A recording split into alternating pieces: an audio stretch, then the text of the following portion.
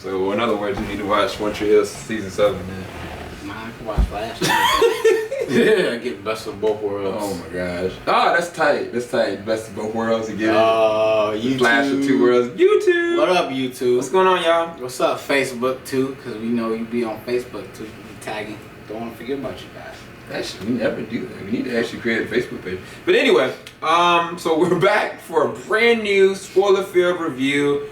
Welcome, JVS. We are going to be talking to y'all about the brand new episode of Flash called, what was the episode? Flash of 2 Worlds. Flash of 2 Worlds. So this is going to be completely spoiler-filled. So if you do not want to be spoiled by this episode, do not watch any further. But we'll try to be quick and to the point, like a Flash, you know. Like Flash. Alright, I'm gonna let Joe take the helm on this one, Joe. What were the big things that happened, events that happened this episode? 2 large events happened inside this episode. Well, actually 3. Oh yeah, we didn't even talk about Zoom. 3. Yeah, I'll say maybe 3 large events.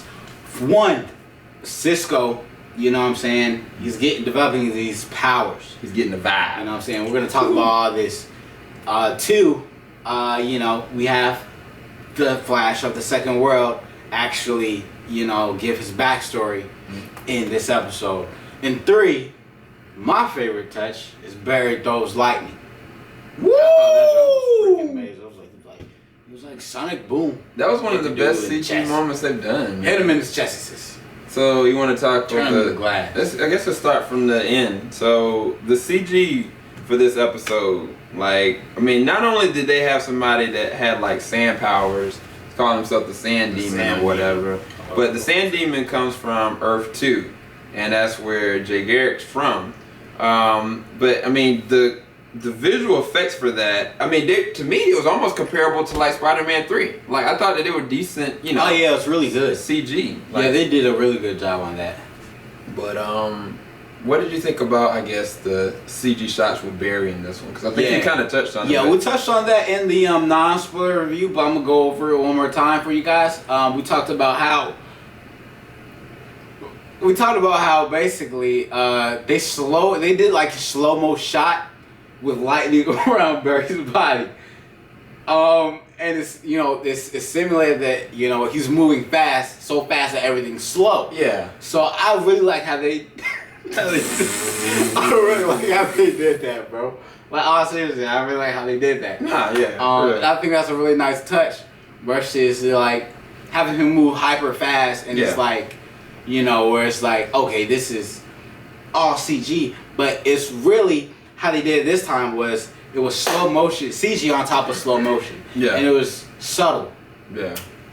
Yeah, there was never points in this episode that I felt like they kind of blurred out Barry. It felt like this was all him, you know, in the scenes, in each sequence, even though they kind of used like lightning around him. I really like that. I mean, some people would say that's cheesy, but I mean, for the Flash, I wanted to actually see him. Yeah. When I look at the movie, I'm expected to see this actor, you know, simulating what he's doing, because I think that's what they did with Quicksilver in the joint. Like, every time you saw him, you saw like the streaks, but you saw like him in motion, so you can actually see him really moving. And that's one of the things I really liked about this episode. I thought that they did a really good job with the CG effects, specifically.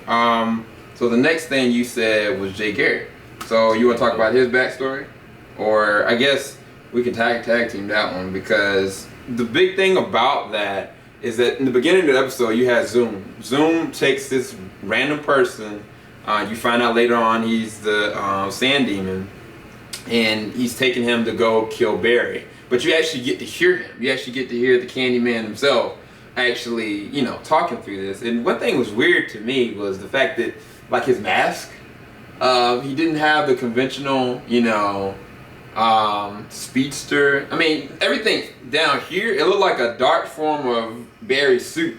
He just looked a lot bigger, a lot more buffer, but as far as his eyes are hued out, he's got kind of like this kind of goggle-y thing as far as his mouth. I don't know if I necessarily like that, but he does definitely look dangerous. And not just that, he looks really menacing. And basically, kind of Jay had alluded to that he's, dare I say, one of the fastest out of everybody. And he's determined to, you know, eradicate all speedsters.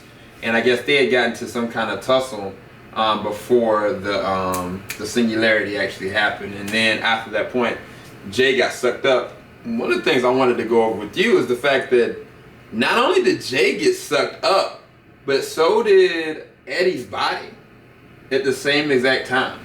So what if when they transferred, like, Eddie's body got fueled with what Jay's powers were?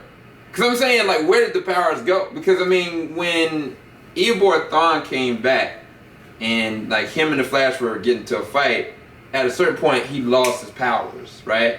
And so now Jay is in the same predicament, but Eobor was able to find a way of absorbing the powers the more that Barry progressively used them. So that's possible that Jay's going to be able to get it, because when he got to Earth, like 6 months ago, he lost all his powers. But to me, if Eddie went sucked up, then it might be that Eddie might end up with powers on the other side if he's still alive. And if, matter of fact, what if he did get powers? What if he did get powers and he survived because of it? Man, I don't know, dog. That's like, your theories on this show, bro, blow my mind. Like, cause this is we're talking about alternate universes here, bro. Like, I don't know. You know, like I don't know. That sounds like it's possible, given the, you know what I'm saying, mythos of the show. Yeah. You know, so. But did you want to talk about Jay's, like, his backstory? Like, what's his differences between, like, Barry? Other than physically, like, he looked bigger. Caitlin, I mean, you know, Jay is this character, man. He seems like a pretty humble hero. Reason being, because he said, like, look, man, like, it took me a while to learn how to throw lightning, and basically, like, he was tracking Zoom, and he was like, he was always a step ahead of me. Like, not saying he was a bad Flash, but he's a humble character. And he sounds like the villains that he's facing are more dangerous than what Barry has faced. Mm-hmm. So I find that to be very interesting as well. Yeah. But as far as his, like, you know, backstory, or what we know about him so far, is like basically they call him the Flash on Earth. His father was a speedster, and then he has the helmet that was his father's. And basically, when he came through the portal to Singularity, he lost his powers. He's here to help Barry, you know, survive and, you know, save people that he loves and cares about, protects them and everything like that. But not only that, man, but he's also training Barry at the moment, and like also at the same time, like Barry, he's dealing with, you know, how Harrison Wells betrayed him, like crazy, you know what I'm saying? And then, like, so Barry initially has a hard time trusting him. But by the end of this episode, you know, that gets resolved. He's like, look, and even Iris had to talk to him. He's like, look, you know, everybody's not out here, you know, to betray you. Everybody's not Harrison Wells. Yeah. You know what I'm saying? That's basically what he said. And then at the final battle, you know, Jay's character actually teaches Barry how to throw lightning. That was, you know, so which is pretty cool. crazy. Hit him with the Ryu Hadouken, you know what I'm saying? Or the Goku Kamehameha King, you know what I'm saying? All that joint. It's more like Gallic gun. Or the Gatling gun, you know what I'm saying? That would work too. Shoot, what else? But anyway, The Raiden Blast, if you will. I don't know. what does Guile use? What is when Guile does boom. that? The Sonic Boom. That Hit him what it with the is? Sonic Boom, y'all. Nah, he did that already with his Sonic fist. Boom. What you mean? You know, you ran really fast to hit somebody. Thought it was like the Sonic Boom. Yeah. So I guess I can't call it. Anyway, but Patty Spivot. Patty Mayonnaise.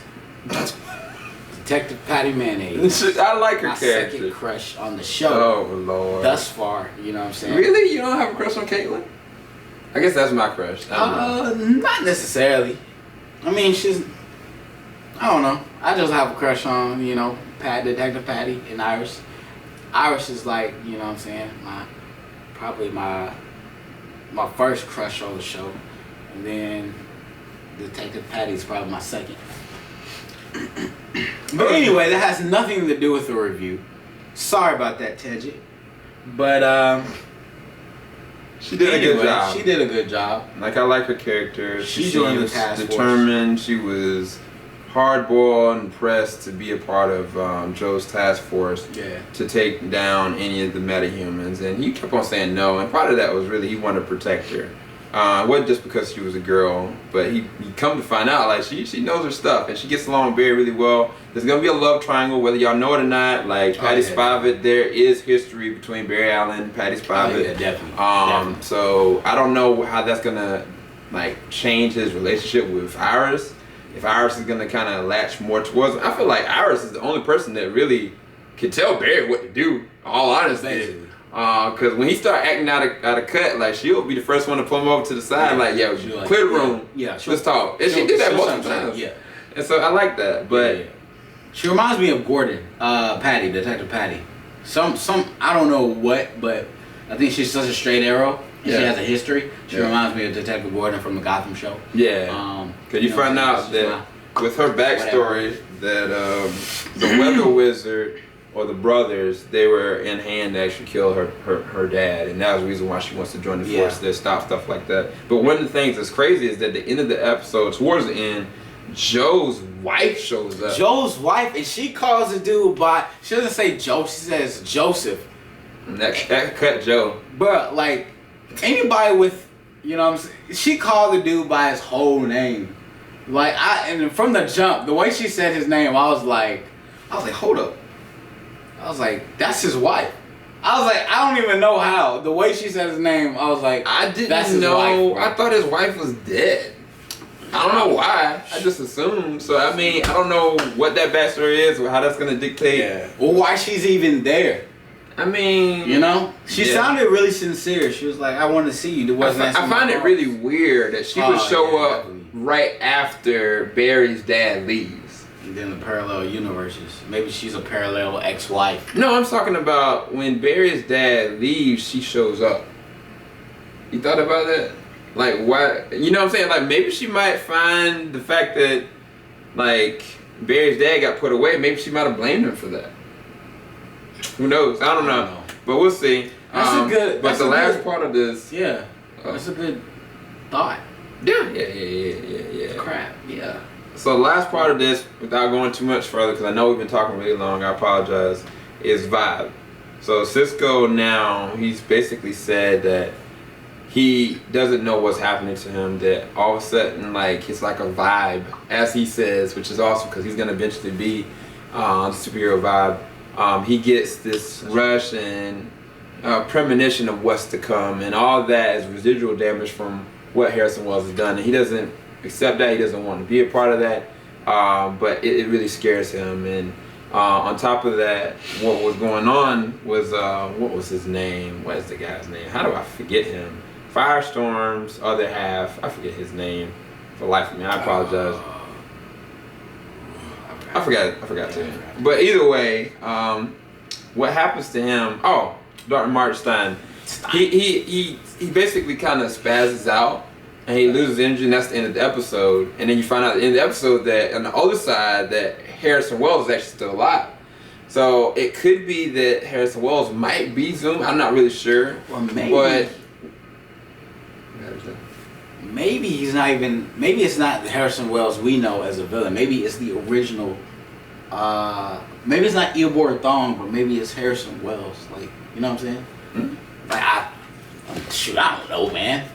But who knows this stuff? Parallel universes. My final theory before our battery dies, and it'll probably die before I even finish what I'm saying, is that I think that Martin Stein is sick and falls out because of the fact that he is no longer connected to Ronnie. Ronnie and him, they were bound together for life because of the system, because of the Matrix. That once Ronnie left, his body literally is depleting. And I think that he has to be reattached to something. And I think that's where it's going to go into a new Firestorm that's going to have to be created. That's my final theory. We gave the episode 9 out of 10 equally. We really enjoyed it. Hopefully you enjoyed our review for this episode. Hopefully you enjoyed it. You know, leave a like below. Stuff like confetti celebration. And leave a like below. Subscribe if you haven't. And I'm going to leave the floor for Joe. Alright, I'm going to mop it. What's up, squad? What the heck? Yeah,